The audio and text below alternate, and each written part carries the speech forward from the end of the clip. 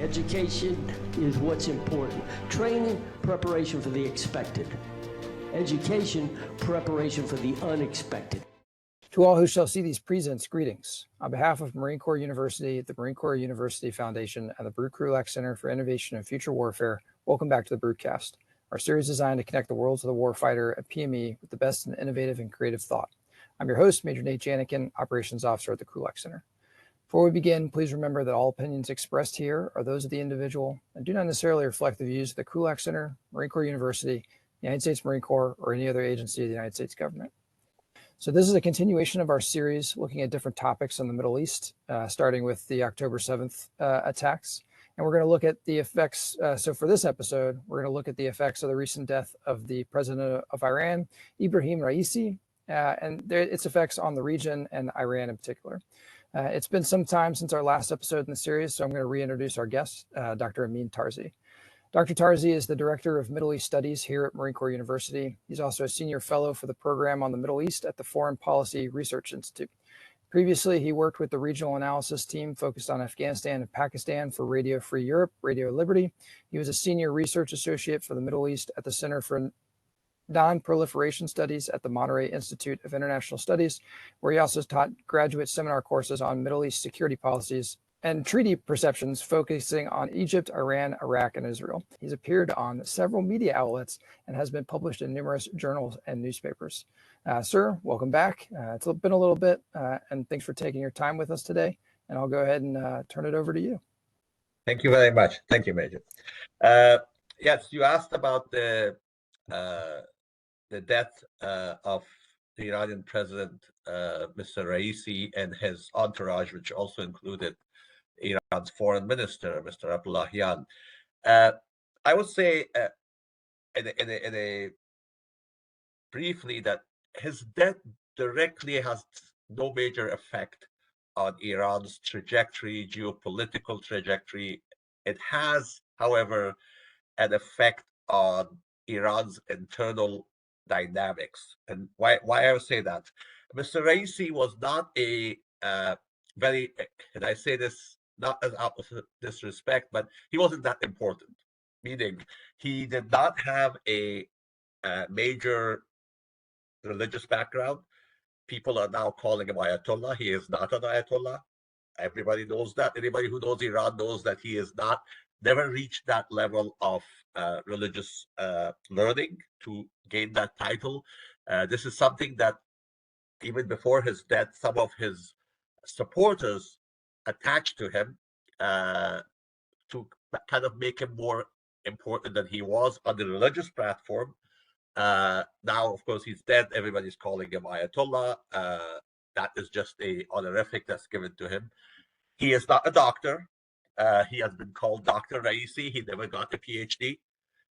So that's also an honorific that was bestowed on him by his supporters to give him much more credence than what he had.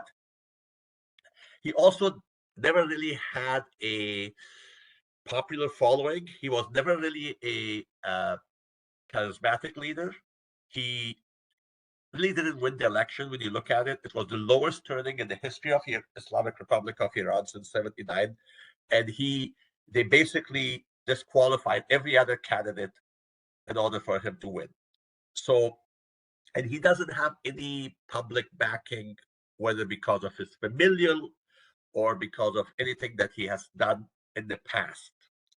That said, he was brought in by the current supreme leader of Iran, Ayatollah Ali Khamenei, and a faction within the Islamic Republic Guard Corps, or the IRGC, as a malleable yes sir man to be there as the president. So I want to, I understand a lot of times when somebody is dead, especially in Iran right now, they're creating him as this incredible hero. He was not that, any of it. And that's why I started by saying that it is not as crucial with who he was. I even have heard from an analyst in Iran that the death of Mr. Abdollahian, the foreign minister, may have had more of a crucial impact because he played a major role in the foreign policy. And I believe in that. Yes, Mr. Raisi was the president, And yes, Iran is making a big deal out of it right now, but it doesn't. Where it matters is that Mr. Raisi was one reason he was pushed there. Yes, he was a yes sir man. Yes, he was somebody who could be controlled by the IRGC, but there was an idea that he could be one of the candidates who would take over the supreme leader's position after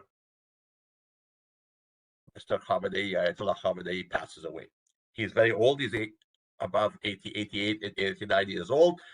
He has had cancer, so there is this idea that his time is about to end naturally, and who would take over? That would be a major change in Iran. So Mr. Raisi's departure by this accident now has opened up a different field of who would take over after Mr. Khamenei. Yeah, so I think my first question, because as I was looking at generally just the president of Iran, it might be a good idea to kind of talk about what powers the president of Iran has and the process that elects the president. That's yes. Maybe within our audience there are people who know the Islamic Republic system very well, and some who do not know. So I think that question is important to understand. The Islamic Republic system that is in place right now, it first came in 1979, and it was amended to a certain degree, doing away with the office of prime minister and the presidency in 1989. So what we have right now is based on the constitution that came in 1989, which is when the founder of the Islamic Republic, Ayatollah Khomeini, died. And the presidency has been, since then, the highest elected official in the country.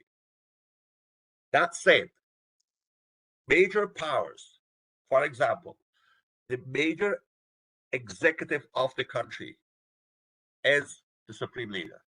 The president is there at the will of the supreme leader. The supreme leader has constitutional power to veto anything that he wishes to.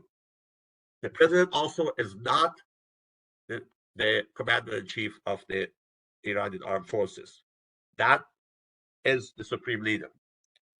The supreme leader also controls the media.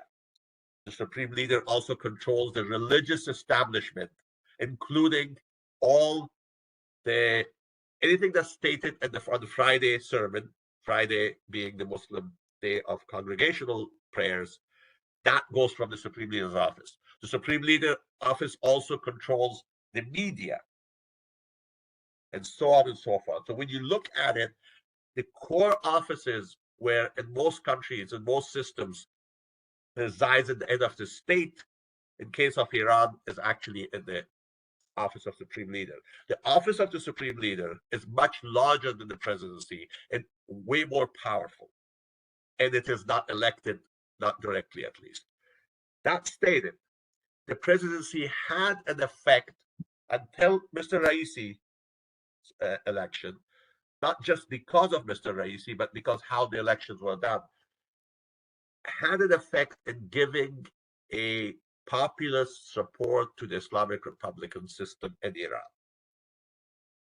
What I mean by that is Iran has had elections for every president. It's a 4-year term. You can only become president twice, just like the United States, so basically 8 years. Mr. Khamenei himself was a president before he became supreme leader. And the vote system was pretty widely, people participated pretty widely in the 80%, 70% level. The last election, which brought in Mr. Raisi into presidency, was, as I said before, the lowest, and we are talking about in Tehran, it was less than 40%, and in all of the country, it was somewhere like there. That showed that the people of Iran were no longer participating or not even accepting even that vote that they had to choose the president, even though the president was not as powerful. And secondly, you ask another question, which is important, how it is filtered. Who can run for president? As I said before, in case of Mr. Raisi's presidency, most of the people who are applying for presidency were disqualified. How it works is within Iran, there's a group that basically filters who comes into any elected office today, not just the president, but also for the parliament, which in Iran is called the Majlis. And you apply, and they look at your credentials and make sure that that individual who's applying has certain qualifications. Some of the qualifications are you can look at them; they're quantitative. For example, do you have the credentials, whether it is religious credentials, if that is required for the job, or for example, if you have educational qualifications. But a lot of those are not like that. They're very arbitrary. Lately, most of people who apply for jobs like high jobs in the office of president, or even, sorry about that, or for the parliament and so on and so forth, they have been disqualified based on whether or not they belong to the factions supported by the IRGC and the hardliners or not. So in the last elections, most of what is considered to be moderates or pragmatists, even people in the ilks of the last president, Mr. Rouhani, were disqualified. To bring this into fore, we just had elections in Iran this year, not for president, but for the parliament, and also for the group of people who will select the next supreme leader. Mr. Rouhani himself, who was the president of the Islamic Republic of Iran for 8 years, was disqualified. Rouhani was disqualified. That tells you how much to the right or to the hands of the conservatives the Iranian political system has gone. So some people say that Iran is not really a republican system, it's only a theocratic. Some of us have argued that it was a theocracy where the supreme leader rules not through the vote of the people, but it had republican institutional support system. And that republican institutional support system gives it legitimacy.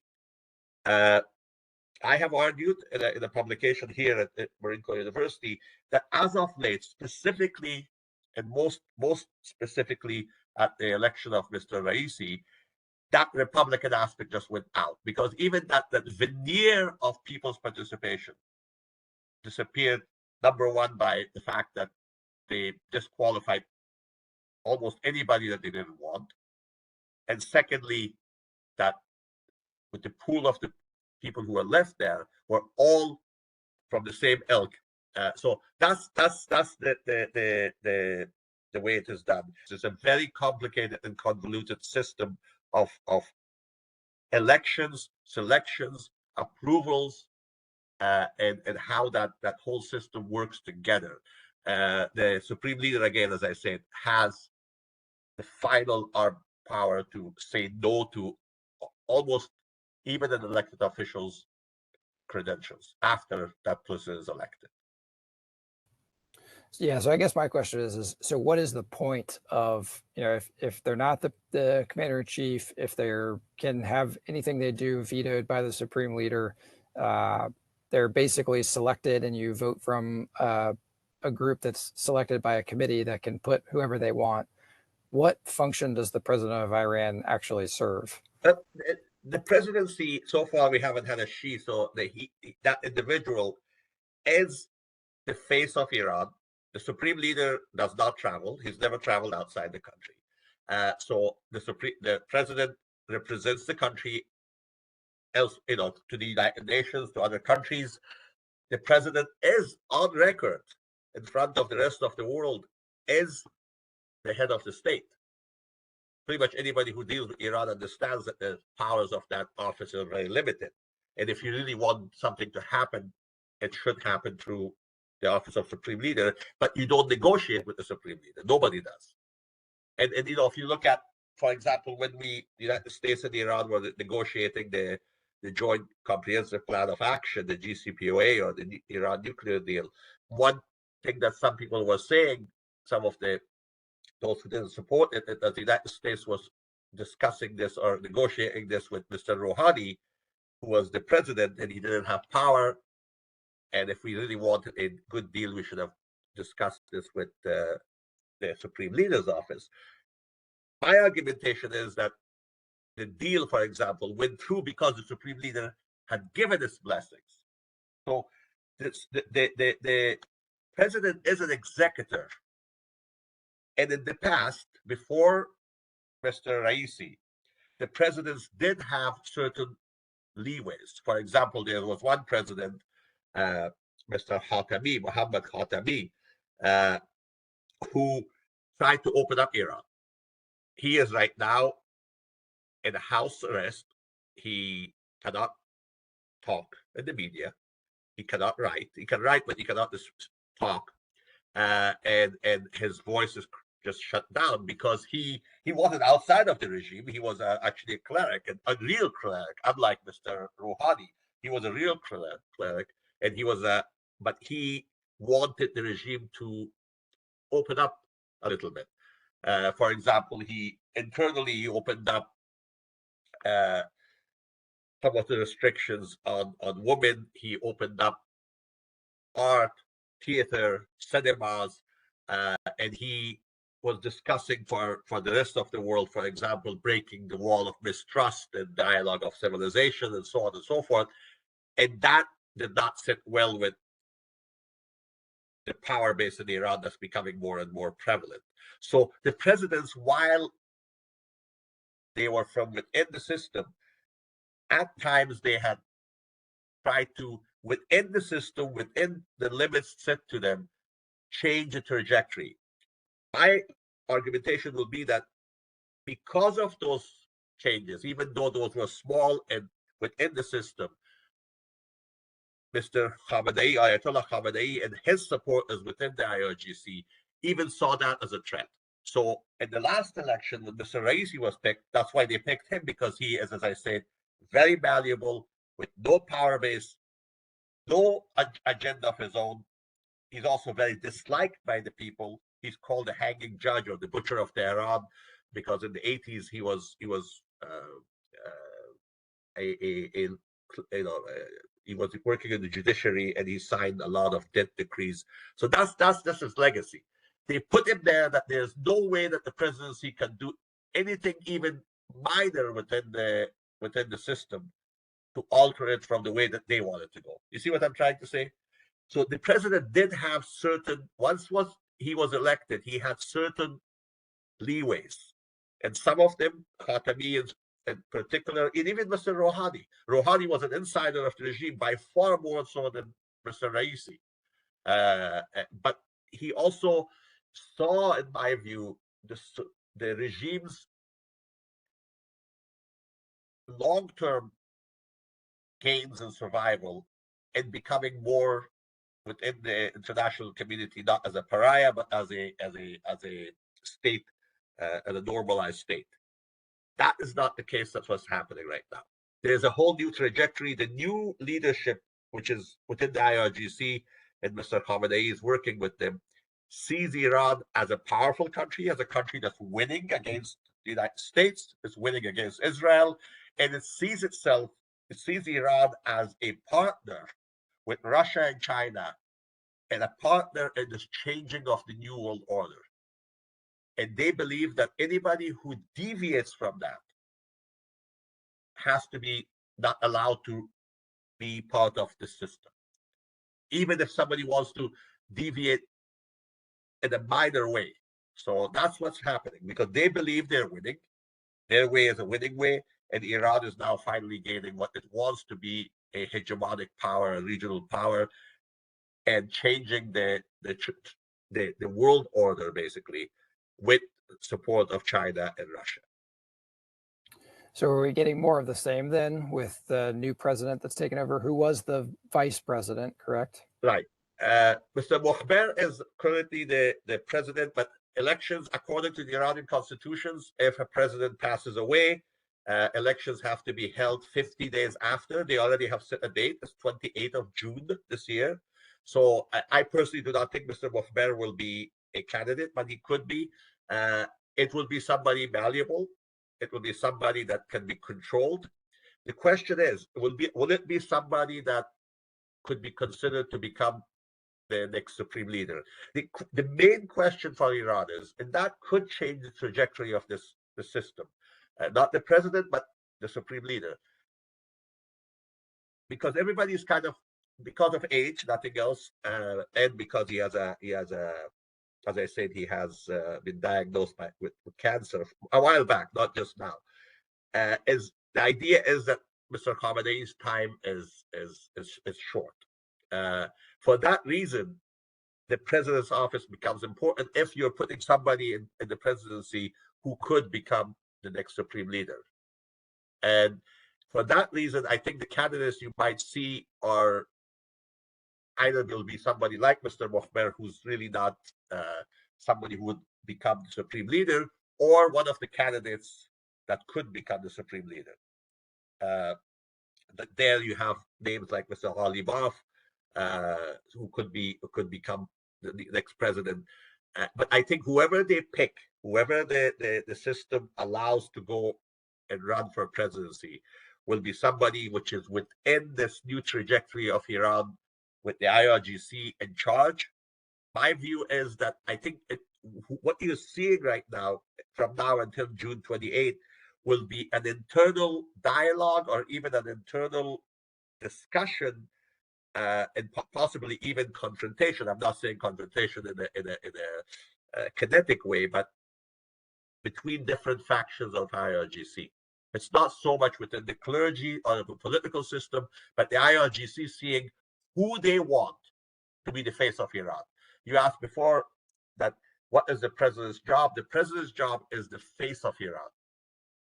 But they want to give Iran a face that the power behind the scene, which is the IRGC, wants to give Iran a face that fits their image of what they want to portray in Iran. You see what I'm trying to say?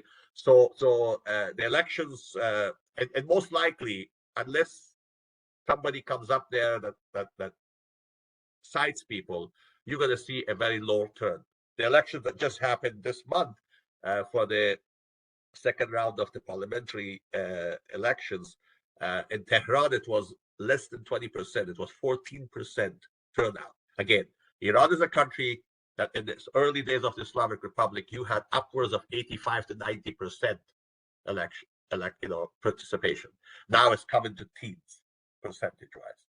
That tells you that there's a constant downward trend in the participation of people in sensing that elections no longer mean anything. So the Republican side, if you would, the popular side of the system is becoming weaker and weaker and going away. So when it comes to like the foreign minister and the other minister positions, are they selected by the president like other countries, or are they selected in a similar way to how the president? The presidency selects the cabinet, and then the cabinet goes before the parliament. The parliament is called a majlis, literally means place where you sit, and there's 290 members, and they give a vote of confidence up or down to the cabinet ministers. So that works like that. Again, the supreme leader has the option to reject any of them, even after the parliament accepts them. But usually, how it works is that nobody will be put in a ministerial position without the supreme leader's acceptance. Not the supreme leader personally, maybe some major ministers, but his office has a major say on who comes in and who doesn't come in. But on the way it works without what is the hidden hand and what is the open way? The open way meaning that what is officially according to the Constitution, the presidency or the president himself selects the cabinet, nominates them, presents it to the parliament. The parliament takes a vote of confidence, whether they like it or not, and then That's how they come in. And then, of course, Iran now has to select a foreign minister as well because he passed away at the accident as well. So we talked about how the cabinet is selected. One of the comments that you had made at the very beginning, talking about somebody else, and I think you said that you agreed with them, was that the death of the foreign minister has a greater effect on, I think maybe relations outside Iran, or Iran in particular, has a greater effect, his death, than the president's death. Why is that the case? Just because of the personality of Mr. Abdollahian. As I said, he was a very able diplomat of Iran. That was a comparison I made, and as I said, I heard it. I forgot who said it, but when I was listening to the various commentaries about this helicopter accident, somebody said that, and then I thought about it. Mr. Abdollahian was actually in his job as foreign minister, and prior to that, as he came through the Iran's diplomatic system, was a very able person and very involved.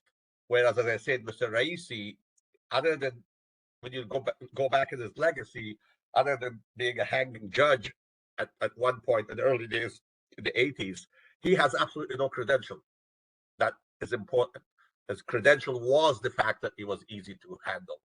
And all the the titles, whether it's the Ayatollah title, which is a high religious Shia religious title, or the doctor, are fake. Everybody knows it. But right now, Iranian media, prior to his death, a few right-wing media outlets use the Ayatollah term, give him more legitimacy. Now that he's dead, everybody calls him Ayatollah. And those things also delegitimize the system more and more because people understand that it is all more a facade than anything that has a popular basis. Whereas Mr. Abdollahian within the system was an able and a representative of the country that was respected outside. Whether you agreed with him or not, he was a able player in Iran's diplomatic corps. So that's why I said that. But Iran has a very good core of diplomatic diplomatic corps, but this man was good, but he also came in and represented the current political trend, the right, very well. So that's why I said he was maybe more valuable. And I said that with that caveat, he may have been because his position, of course, was subservient to the president, but he had abilities, whereas Mr. Raisi virtually had none. Didn't speak a single foreign language. Iranian diplomats and politicians usually are very, they have at least one foreign language under their belt and all that. And Mr. Raisi didn't have any of them. And even in Persian, he was not a very excitable person. His speeches are very dull. His mannerisms are very dull. Again, of course, if you look at Iran's radio and TV right now, they have made him into one of the greatest things that hit humanity. But now he's dead. You can do whatever with him.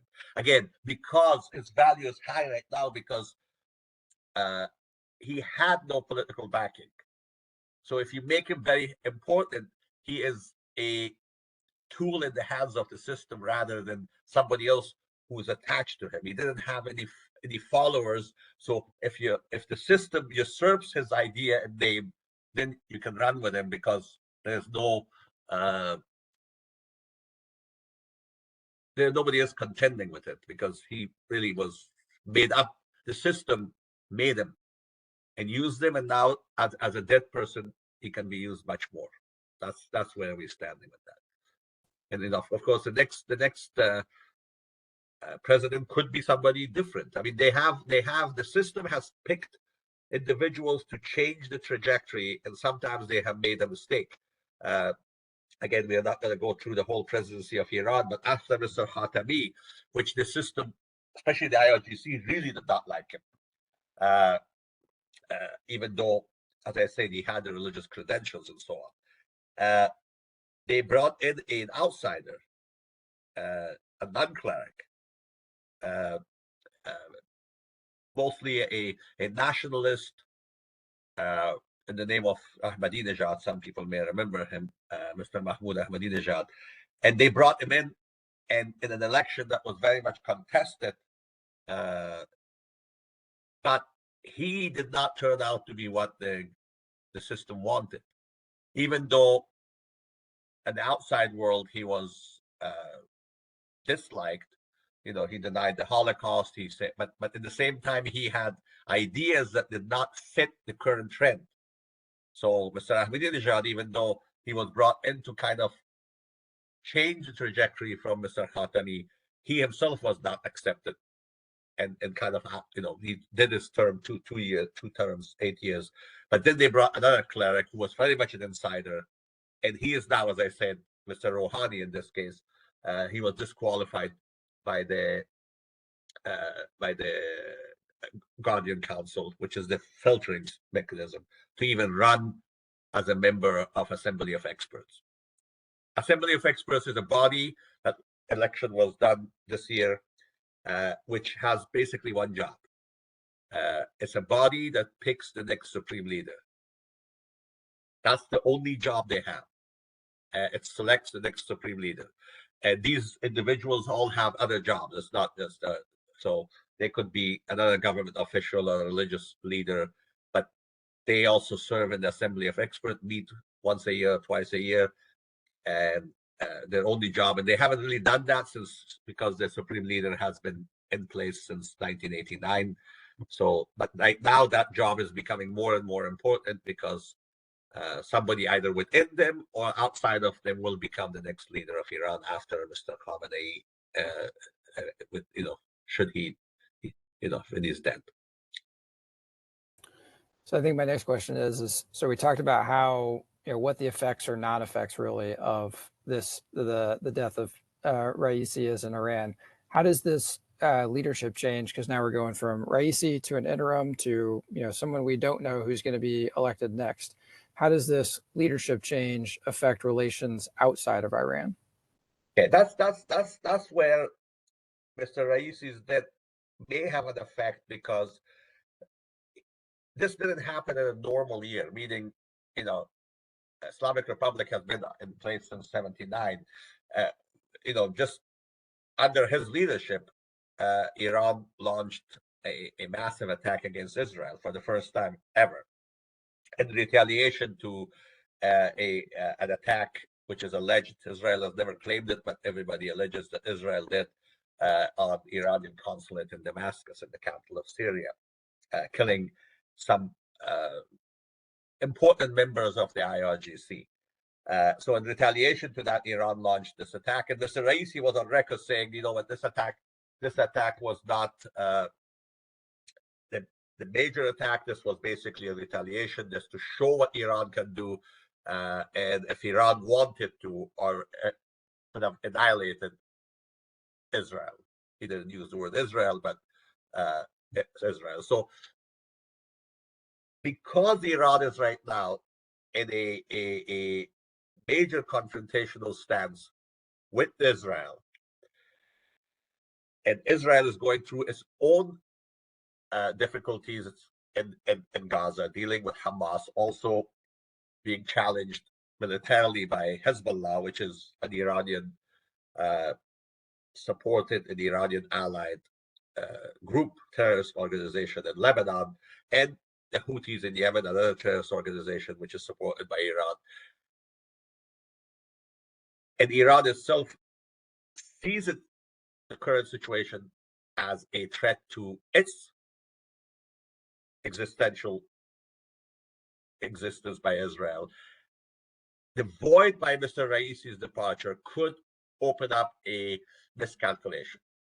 That's what I'm trying to say.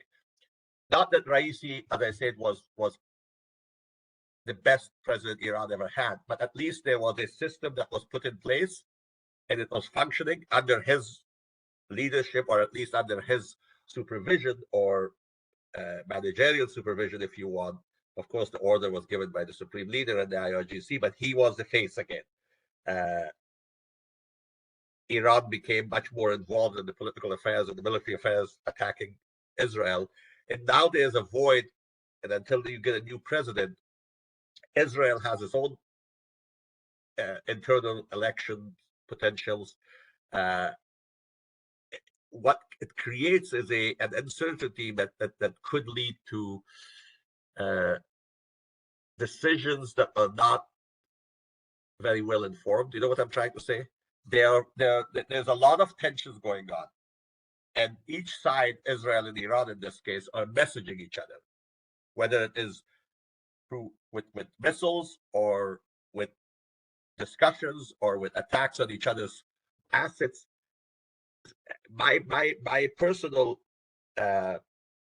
concern, if you would, is that when there's a void, Israeli leadership is still having some issues. And in Iran, you have now no president, no foreign minister, until we get new ones in June, end of June.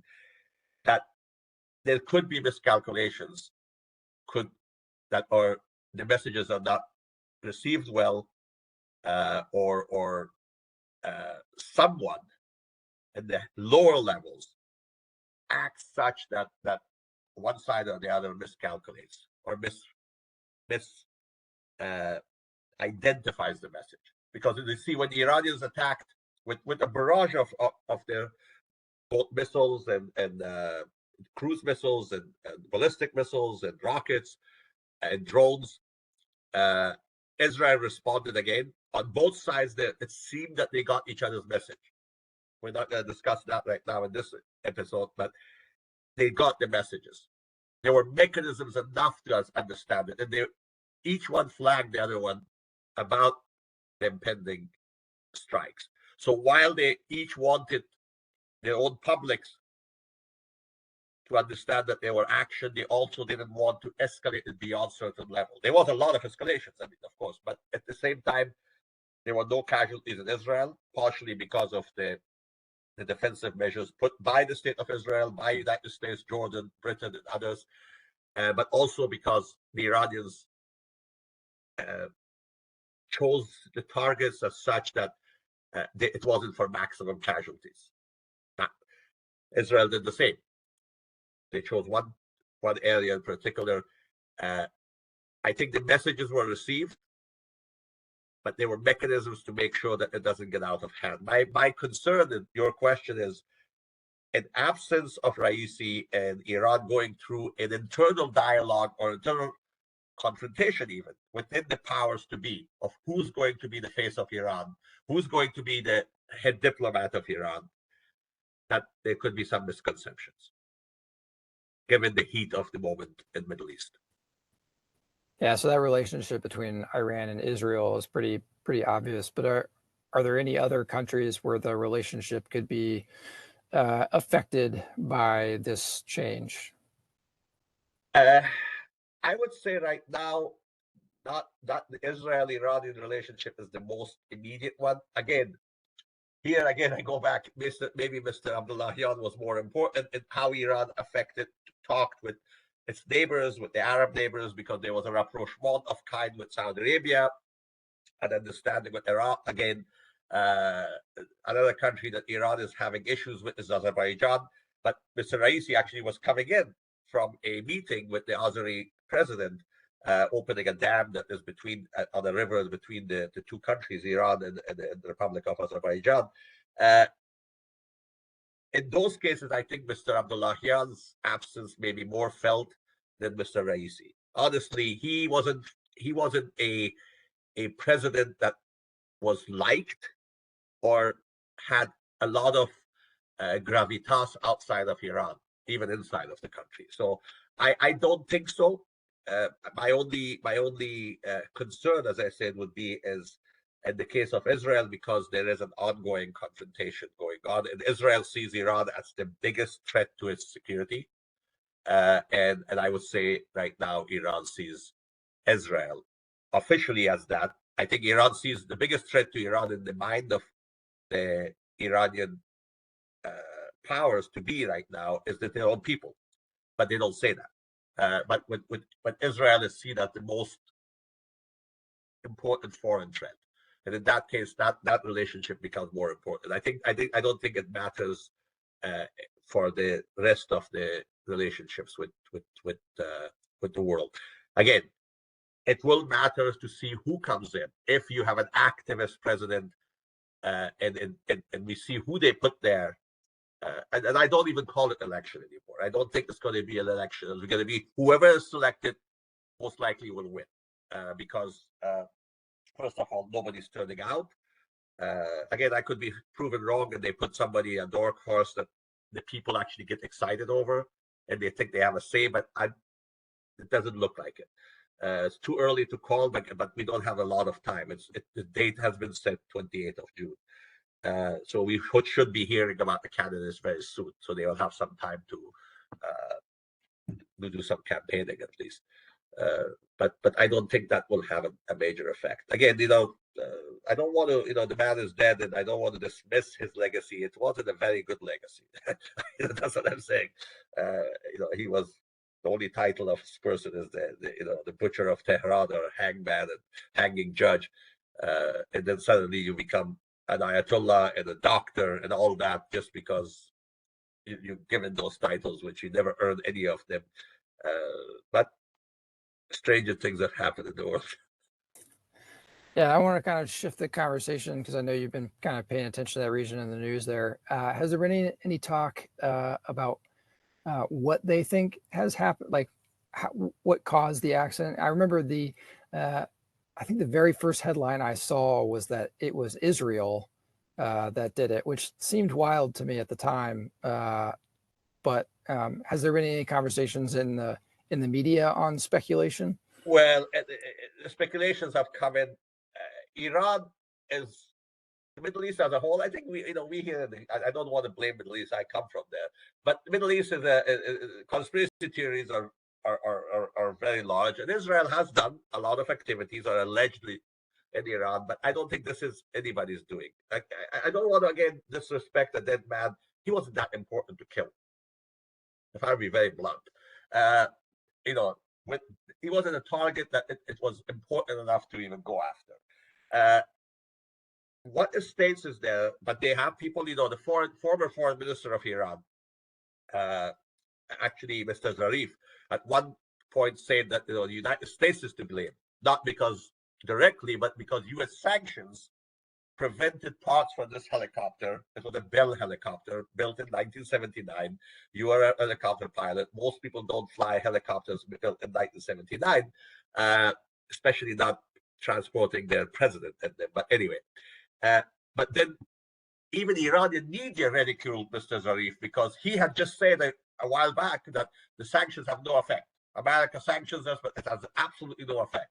So he kind of contradicting himself. If they have, if the sanctions have no effect, how you say that they have an effect?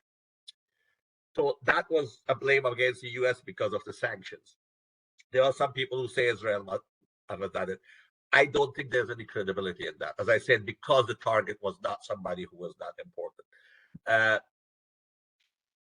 Most likely, again, another question that comes up here is, and you see it in the Iranian media a lot, not the official media, obviously, but outside Iranian chat rooms, if you would, or analysts outside, is where the government puts its priorities. Here's a country which just used 300 or so projectiles of all kinds against Israel, supporting a group like Hamas, which doesn't bring anything to Iran,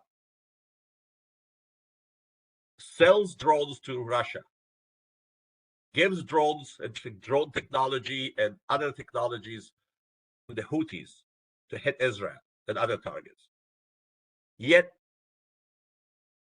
it cannot afford a decent, modern helicopter to put its own highest elected official and its foreign minister, but uses a Bell helicopter from, again, I'm not a helicopter person, and I'm talking to, I'm preaching to the choir. Apparently, these helicopters are notorious for not going very high in altitude, and also they are not very good in a bad weather. To put your president in a mountainous region in a foggy day in a helicopter that was built in 1979. So that is becoming a major issue, is where the Iranian government is putting its priorities. The second issue, which is also interesting following your question, and this has been a controversy, while this search for the Mr. Raisi was going on, I was following Iranian media, and the first signs of a source of heat came in from a Turkish drone, a heat-seeking, heat-identifying Turkish drone. That created a major commentary from the Iranian side, that Iran, while selling drones and putting all this money, doesn't have a single of its own drones to look for its own president. Then they say, no, there was no Turkish drone, but the pictures were there. So you see those are the questions are coming. It's not just that, who did it. Yes, the questions are there. Israel will be blamed, but it has not been officially done. The funeral was there. I think the acceptance is that this was an accident. There were three helicopters that left. One didn't make it. Again, forensics, all those things, whether they will happen, if they happen, if we get the truth, how the crash happened. From what the pictures you see, the tail is intact. Everything else is just a big lump of charred. Almost you don't even see the shape of the helicopter. Again, I'm just looking at what I see from the Iranian media. If the forensics is done as how that explosion happened, or it was just hitting, we may never see it. But so far, the Iranian government statements are not suggesting any foul play. Yeah, based on the photos I've seen, it's right at the top of a ridgeline. Right. The helicopter in general is all of the wreckage is in a single area. And the fact that the front of the aircraft was destroyed and the back is not necessarily intact, but recognizably intact, suggests that it was controlled flight into terrain due to the weather.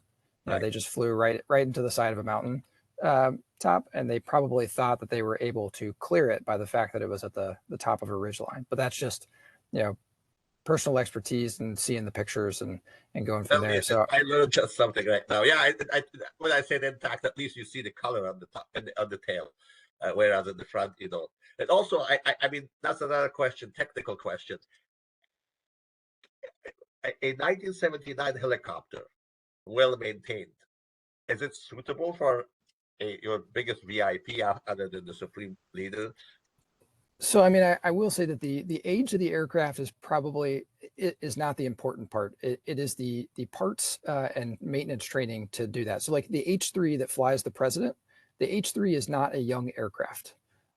When we were still flying 46s, so the last CH-46 flew in the Marine Corps, it got retired in 2012. And it was, or not 2012, sorry, 2015 was the last flight of the 46. And they had been flying that aircraft since 1964.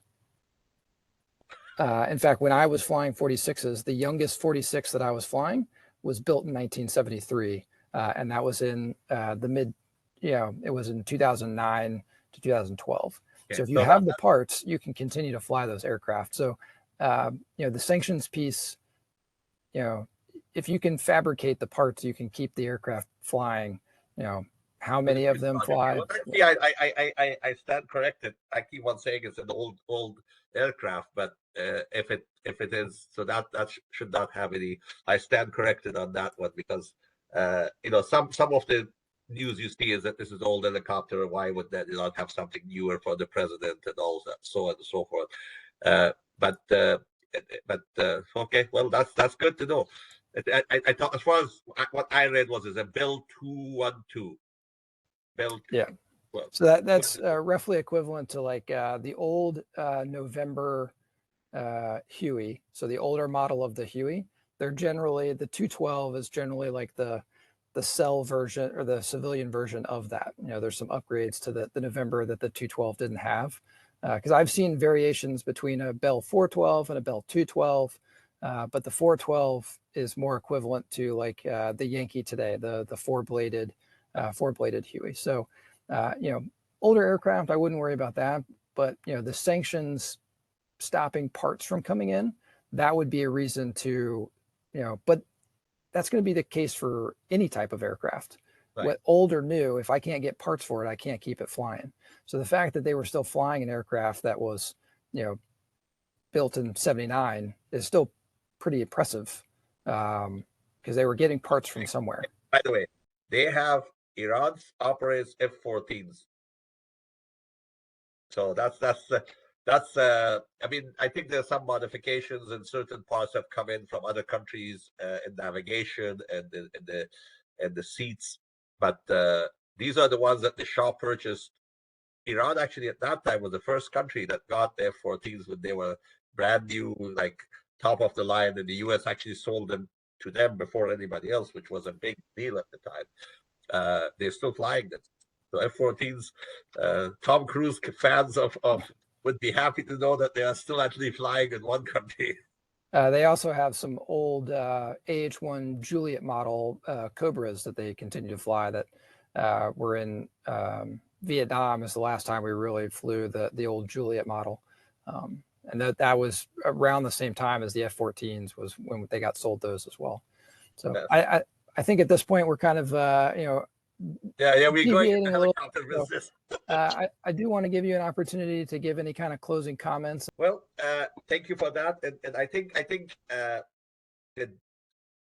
death of late Raisi, the president of Iran, Islamic Republic of Iran, and his entourage, especially the Minister of Foreign Affairs, has an effect on, number one, on the trajectory of Iran's next supreme leader selection, and because Raisi was touted to be one of those potential candidates, and I think that's the most important aspect of it. And had he been the supreme leader nominee or the selectee, he would have been almost exclusively under the control of the IRGC. And this is what we need to look at, how Iran comes out after Ayatollah Khomeini. So the departure of Raisi opens up. I don't know if this is for the better or the worse. However, it opens up that discussion. That's number one. And number two is, which I stated, is because there's a major tension, also military tension and action between the Islamic Republic of Iran and the State of Israel, the departure of Raisi and his top foreign policy person may create a void in this uncertain and 10 years times that could lead to misunderstanding of messagings or actually actions by one or the other side. And I leave it at that. And then we can next time return and talk about more of the geopolitical aspects beyond Mr. Raisi himself, or when the election happens. Yes, sir. So thank you, Dr. Tarzi, for your time and sharing your thoughts today. That's all we have for us to go ahead and carry out the plan of the day. Thank you very much. Thanks for joining us. As always, we depend on support and feedback from the Team Krulak community to constantly improve our offerings and reach a wider audience. So if you have feedback on this episode, please take a moment to fill out the survey linked in the show notes to help us do better. Also, if you have enjoyed this episode, please hit the like button and subscribe to our channel on YouTube, or leave us a review on the podcast app of your choice. It truly does help us reach a wider audience. Thank you as always for your support, and we'll see you on the next episode. Education is what's important. Training, preparation for the expected. Education, preparation for the unexpected.